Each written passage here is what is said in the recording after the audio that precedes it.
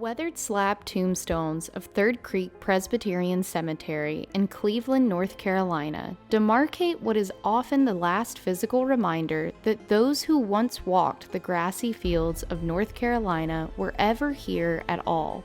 They stand like petrified wreaths in memorial to those sometimes forgotten. Planted amidst these headstones is a red brick tomb and a placard that reads, "In memory of Peter Stewart Ney, a native of France and soldier of the French Revolution under Napoleon Bonaparte, who departed this life November 15, 1846, aged 77 years. Graves such as these are not unusual. After all, North Carolina brims with the smoke of battles long past, fought both on our shores and those beyond. But this red brick grave commemorating a soldier, although seemingly innocuous, is enshrouded in a mystery 200 years in the making. It might just be the final resting place of a famous French marshal. His name was Peter Stewart Ney, or as he insisted, Michel Ney. Michel Ney was born in France in 1769. Although his family held no clout or noble status, Ney was a tenacious individual. His ascent through military ranks began in the French Revolution and continued into the Napoleonic Wars. Through his performance on the battlefield and support of Napoleon Bonaparte, Ney became a Marshal of France, a position awarded to a select few. During his military career, his roster of titles expanded, with Duke of Elchingen and Prince of Moscow added along the way. The many accolades and titles awarded to Ney suggested that his career and life could only go upward.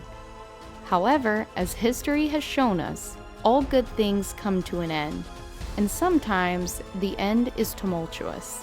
When King Louis XVIII was crowned in 1814, Michel Ney swore his loyalty to the throne.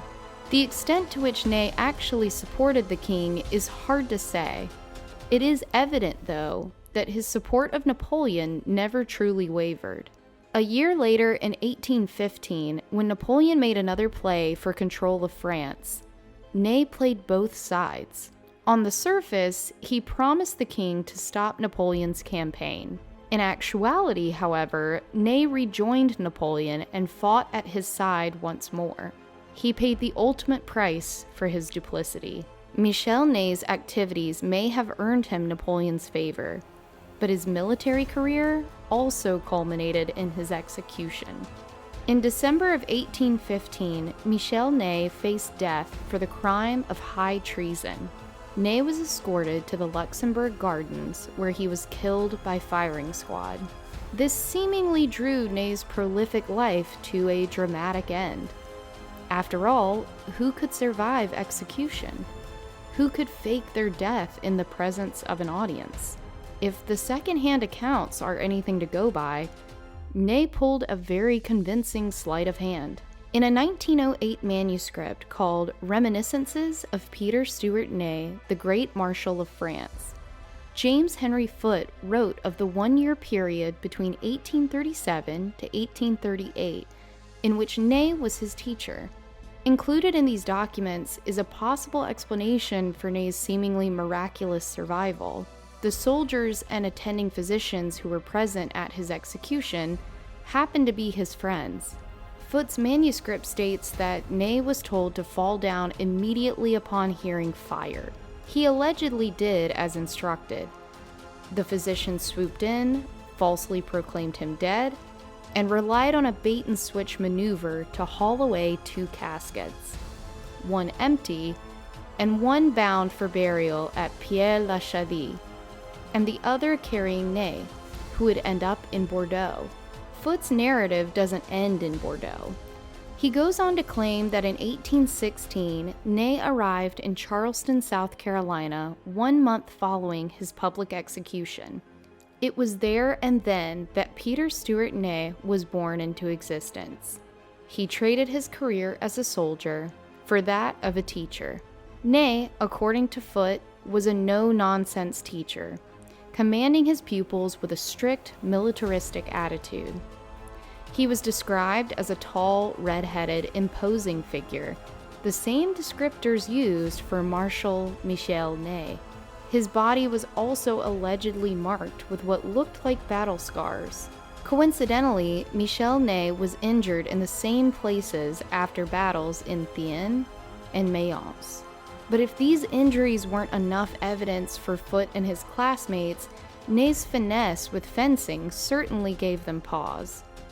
Marshal Michel Ney was a master with the short broadsword, and so too, it seemed, was their teacher. The final piece of evidence in Foote's writing mentions an incident that happened in the final moments of Ney's life.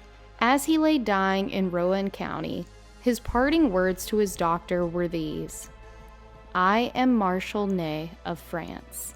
To this day, scholars and history buffs mull over whether or not Peter Stewart Ney was a French soldier in disguise.